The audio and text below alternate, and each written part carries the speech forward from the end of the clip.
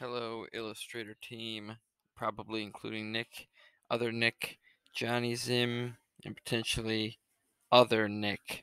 That's three Nicks, maybe. I don't know. Okay, so I wanted to put this video together to sort of narrow in our focus on what we might do for this evangelism map. And I'd like to start by showing what U of M does for their map.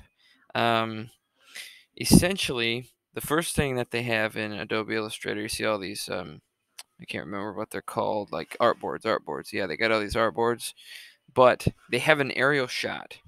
Here's something we don't have the luxury of having. They literally take, you know, helicopter images or however they hired companies to take aerials for different periods of time, but the equivalent can be done, and I'll get into that in a second. Now let's throw something else on. They've got base map. Okay, so base map has a bunch of different things that you can see, and I'm going to toggle on and off. We can even take these shapes and color scheme, this color scheme, because I mean, we could probably recreate it from with our eyes, but I really like uh, this style. They've got plenty of different style maps that they've made, but this one in particular I like, just because it makes the wooded areas look nice in the water and then the buildings. It's very intuitive. It's very and then sidewalks, right? It's just aesthetically pleasing to look at. And if you're familiar with the area, oh, that's this building, oh, that's this building. And I'm less familiar with the Westland area than most people are, but for many people, I'm assuming they know what's where. And to make a map that looks this level of nice, I think it would be very helpful for people. Now, I can't have my mouse and have my headset on at the same time, so it's difficult for me to scroll. I want to zoom in. Oh boy. Um, Whatever. You get the picture. This is something that I think we can recreate. So they've got the base map, and then they have labels, of course. And again, you can see all the buildings are labeled. And let's see if there's better labels here. There's these really cool white and black labels that would be a nice addition. I guess they're not. Ooh, yeah, and then they put all sorts of like white on top of white to make it look nice. They have all these bigger labels where you've got, it's bolded in black and then white on the inside that I think looks nice. And then we can bend text around bigger areas. Like this is a cemetery, so we could have it say Ann Arbor Cemetery here or whatever. And then this is North Campus of U of M, so we could big text North Campus, and we could do whatever we want with it. But um, yeah, I think this level of detail would be really awesome, especially if we're gonna have something long term on the walls of Harvest. So okay, this is of course Harvest Bible, and it's on Google Earth. I will have to talk to John and Randy Hall about the bounds that we want to go to and sort of what we want to limit the map to. But there is, as you can see, a million things. Man, this sucks to not be able to zoom. A million places where we could go.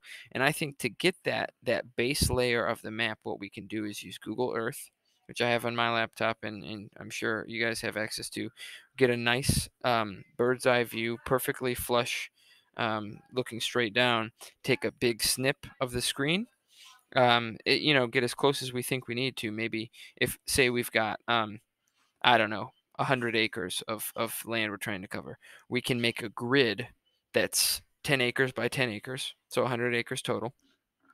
And then we can number from left to right, from the top, each acre, right? 1, 2, 3, 4, 5, 6, 7, 8, 9, 10, all the way across. And then if I paint this out, I'm sure you guys are getting the picture here, but we could have a grid like this, right, where it's 10 by 10. And then if you got 10 of these squares, oops, that's not good. 10 of these squares, crap.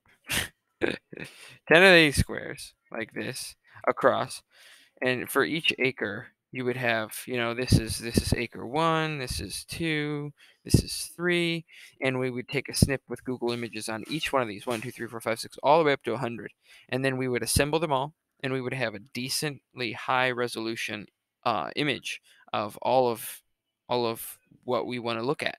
And so once we have that backing, right, we have our aerial shot that we could then have as the background.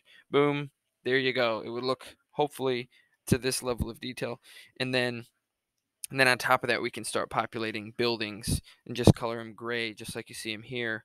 Um, and then we can start putting in green blobs for forest area and then water. And then we can start labeling everything. And then once we have that all, I think, in streets as well and sidewalks, once we have that, I think we have the detail necessary to make something that's worth putting on the wall for an extended period of time, and it will hopefully inspire people to want to get out there and evangelize, right? Because they see this map, people put stickers on the map.